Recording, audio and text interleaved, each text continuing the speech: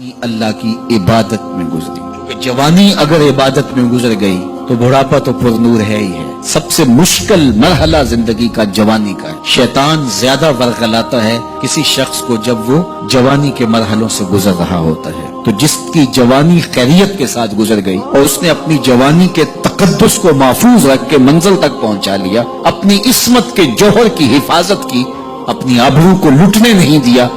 اپنی آنکھوں کی شرم و حیا پر پہرے بٹھائے اور آنکھ کو برباد نہیں ہونے دیا، خواہشات کو غالب نہ آنے دینا آسان کام تو نہیں ہے، مشکل کام ہے، لیکن اگر کوئی مشکل کاٹ گیا، جوانی کے تھوڑے سے ایام میں گزار گیا، اجر کتنا بڑا ہے۔ سنیے اللہ کے محبوب کی زبان سے سنیے، حضور نے ارشاد فرمایا، قیامت کے دن جب سورج کا رخ سیدھا ہوگا، زمین تانبے کی ہوگی، لوگ پسینے میں شرابور ہوں گے، کوئی ٹخنوں تک پسینے میں، کوئی گھٹنوں تک، کوئی کمر تک، کسی کو پسینے کی لگام دی جائے گی، اور وہ پسینہ ایسے نہیں ہوگا جس طرح یہ پسینہ ہے، اتنا گرم ہوگا۔ ابن رجب حنبلی کہتے ہیں اس پسینے کا ایک قطرہ اگر احد پہاڑ پہ ڈال دیا جائے تو وہ پگھل جائے، اتنا گرم ہوگا، بدبودار اتنا ہوگا، ایک قطرہ دنیا پہ ڈال دیا جائے، انسان کیا جانوروں کے دماغ بھی پھٹ جائیں، اس پسینے میں لوگ شرابور ہوں گے۔ لیکن جس نے اپنی جوانی کو عافیت سے گزارا ہوگا، کل قیامت کے دن جب کوئی سایہ نہیں ہوگا، اللہ اس جوان پر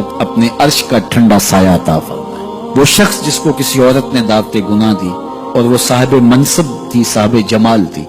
اور اس نے یہ کہہ کہ یہ خواہش، یہ آرزو مسترد کر دی، انی خاف اللہ۔ اسی طرح کوئی عورت ہے تو اس نے اپنے تقدس کی حفاظت کی، اپنی آبرو پہ پہرا دیا اور کسی پیشکش کو ٹھکرا دیا، تو فرمایا قیامت کے دن جب کوئی سایہ نہیں ہوگا، اللہ اسے بھی اپنے عرش کا ٹھنڈا سایہ دے گا۔ کیسا سخت دل ہوگا، اور وہ کس اعزاز میں ہوگا، کس تکریم میں ہوگا۔ یہ تو 4 دن 10-20 سال ہیں، اور وہ 50,000 سال کا ایک دن۔ پھر اس کو اللہ کا شکر ادا کرنا ہوگا کہ اللہ تو نے کتنا کرم کیا میرے اوپر کہ میری جوانی خیریت